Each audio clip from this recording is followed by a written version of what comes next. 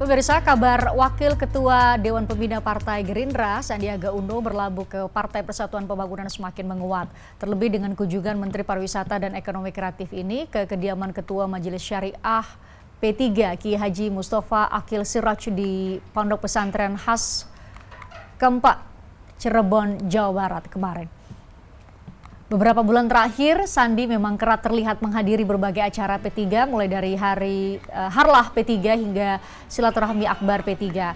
Terkait kepindahan Sandiaga Uno ke P3, sayangnya ia tidak memberikan jawaban yang pasti. Sandi hanya menjelaskan kedatangannya ke Pondok Pesantren Khas Kempak, Kabupaten Cirebon, Jawa Barat hanya untuk bersilaturahmi.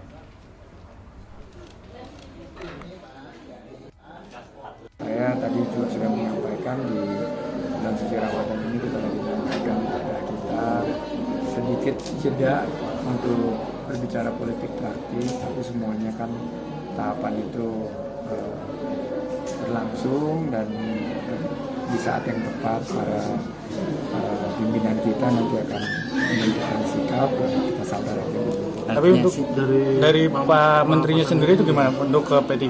Saya sekarang ingin mendengarkan justru dari para ulama, para yai pandangan-pandangan bagaimana membangun Indonesia ke depan, khususnya ini masalah potensi kita membangkitkan ekonomi. Saya ajak Anda untuk menyapa tiga narasumber yang bergabung secara virtual. Ada Andre Rosiadi, anggota Dewan Pembina Partai Gerindra, Usman Tokan, juru bicara DPP Partai Persatuan Pembangunan, dan Adri Praitno, Direktur Eksekutif Parameter Politik Indonesia. Bang Andre, Pak Usman, Mas Adi, terima kasih sudah bergabung bersama kami di obrolan malam. Ini tampaknya Andre Rosiadi masih ngatur komposisinya. Ya, jadi ini ngatur komposisi atau ngatur narasi nanti buat ke obrolan malam, Bang Andre? Ruang kelas lu pakai nih. Nah, masih diatur. Kepala di mana? Nah, karena masih ngatur-ngatur komposisi, saya ke Pak Usman terlebih dahulu. Pak Usman, ini publik mau karena kami bisa melihat dan mengikuti bagaimana kegiatan Bang Sandi, ini sekadar ada tokoh partai lain di luar dari P3 ikut kegiatan P3 atau ada tujuan lain, Pak Usman?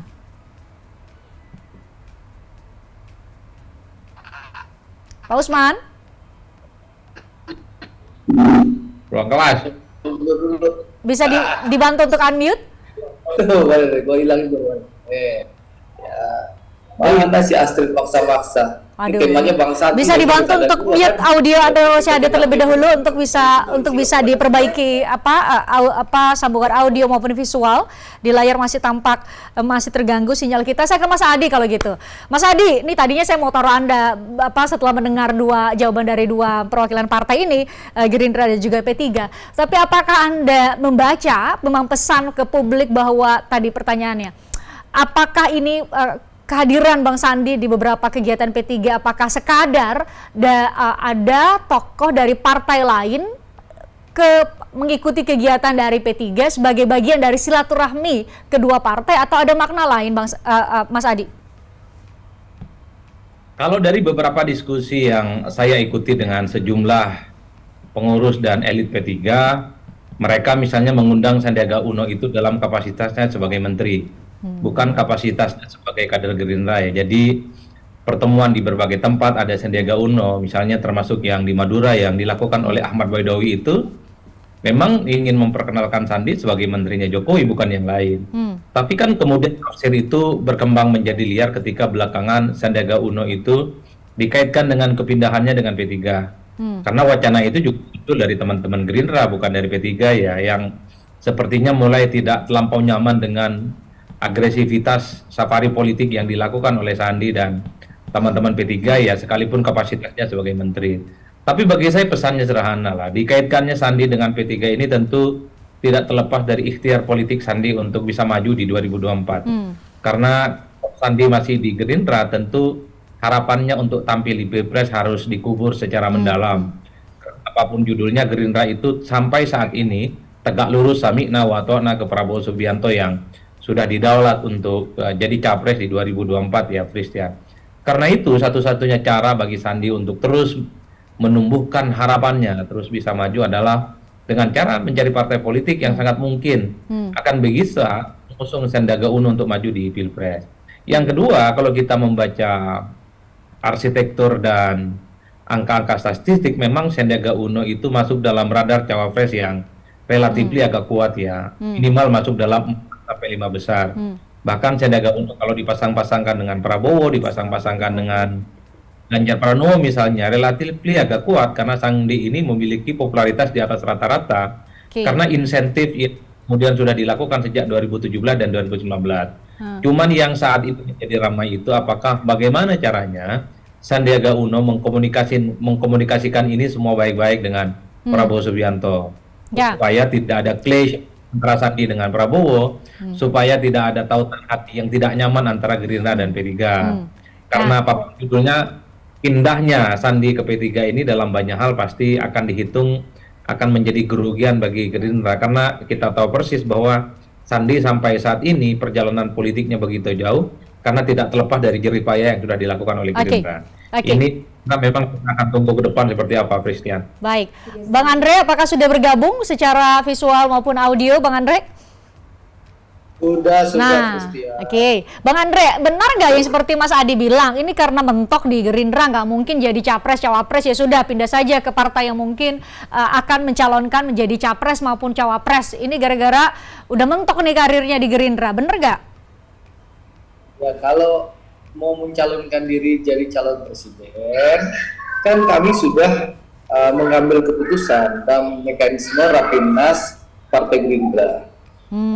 Tanggal 12 Agustus tahun 2022 yang lalu, calon presiden kami namanya Prabowo Subianto. Tidak ada nama satupun yang lain selain Pak Prabowo yang akan kami calonkan. Itu keputusan Rapimnas pada 12 Agustus tahun 2022. Dilanjutkan dengan tanggal 13 Agustusnya, besok harinya, kami mentandatangani piagam kerjasama dengan PKB membangun yang namanya Koalisi Kebangkitan Indonesia Raya, di mana calon presiden dan calon wakil presiden akan diputuskan bersama-sama oleh Pak Prabowo dan Gus Muhaimin. Nah, itu perkembangan Partai Gerindra. Nah, Partai Gerindra ini partai yang terbuka. Yang mau masuk, monggo silahkan, asal komitmen kepada Pancasila, Undang-Undang Dasar 1945, NKRI dan Bhinneka Tunggal Ika, ayo bergabung bersama Partai Gerindra.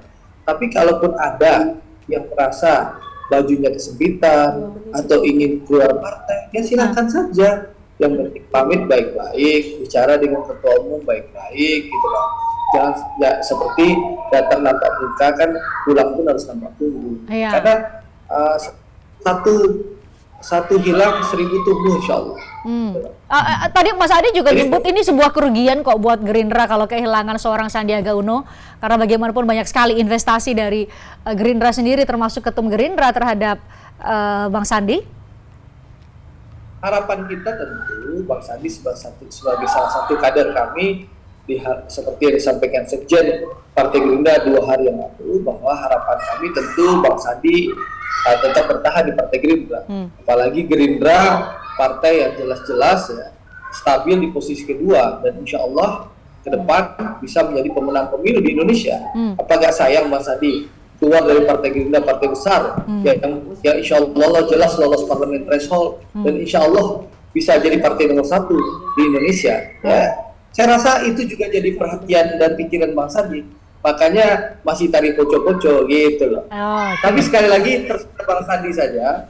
Kami sih menghormati apapun pilihan Bang Sandi ya. Kalau mau bertahan di Gerindra, ayo silahkan. Tentu harapan kami beliau sebagai salah satu kader kami bisa bertahan. Tapi pun kalau beliau mau keluar, ya kami akan hormati putusan beliau. Tapi tentu harapan kami pamit baik-baik dengan Ketua Umum Pak Prabowo Subianto. Jangan seperti yang lain. Baik, Pak. Gitu loh. Nah, baru nanti kita usai jeda kita coba lihat ke Mas Adi dan juga Bang Andre, dan juga saya harap Pak Usman Tokan bisa bergabung dengan secara baik audio dan visualnya.